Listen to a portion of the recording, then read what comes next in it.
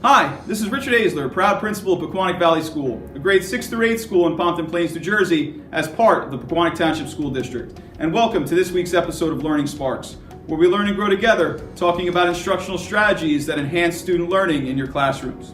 Well, we've hit March, and March is a critical month for student and teacher success.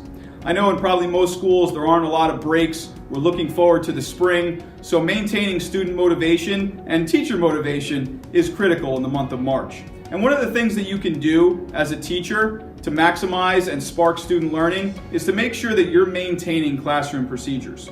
It's difficult as you go through the school year, you get caught up in content, but one of the biggest things that can help you be successful in the classroom and is a true benefit for your students is to make sure that you're reinforcing and reviewing classroom procedures on a regular basis. Because it's important that students have structure in their classroom. So how do we do that? Well, I think one of the first classroom procedures that you should have put in place and should review regularly with the students is being in class on time. As they get into the school year, particularly in middle school and high school, students like to linger out in the hallway, talk with their friends. It's a good opportunity for them to socialize. In the elementary level, they're comfortable with their classmates. So it's important that as a teacher, you start class on time. And that means that you're out in the hallway, standing at your door, greeting students, checking out, seeing what they're doing, maybe seeing how they're acting, so that you can adjust yourself accordingly. Standing outside the door, you can really get a good sense of how your students are going to be when they enter into your classroom. Being on and starting class on time is also important because you want to make sure that you have a warm-up activity where the students walk in and they know exactly what to do. Could be connected to yesterday's lesson or something that's going to spark them as they learn in this particular lesson on this day. Maybe when they walk in, they get started on their warm-up activity, they have their work that they're turning in on their desk, or they have a bin in the classroom where they go and they put their work, so that you're maximizing instructional time and you're maximizing student learning. The start of a class is so critically important, and that's a procedure you should review regularly with your students. Another procedure you should review is, believe it or not, the system for restroom use. Students tend to get up and they want to move around, and eventually they work their way towards getting the pass and using the bathroom.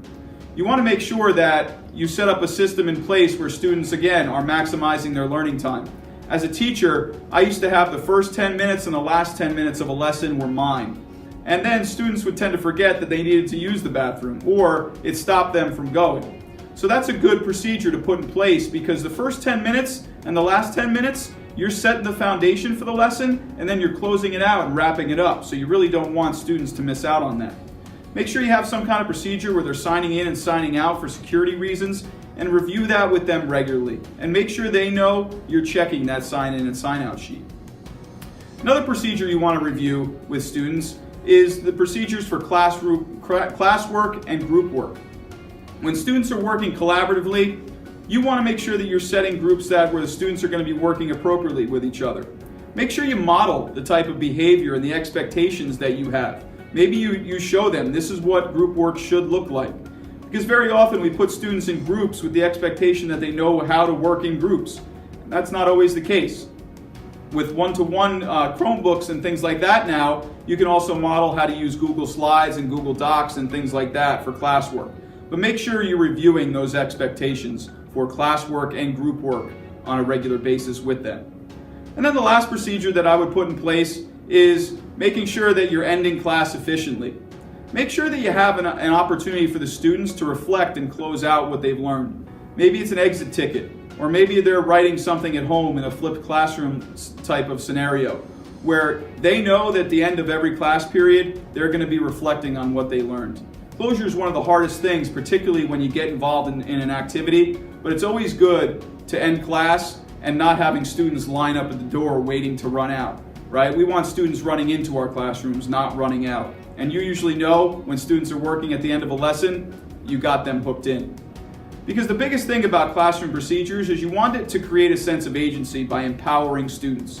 What can students manage as part of the procedure process? What can you give them that will help them take ownership of the classroom? By modeling, by practicing, by reviewing, by celebrating them, gets them really involved in maintaining the classroom procedures. Have students reflect on how they transition, particularly at an elementary level. How are they transitioning from activity to activity? Because if you look at how teachers are evaluated in the Danielson framework, they're evaluated as part of the procedures.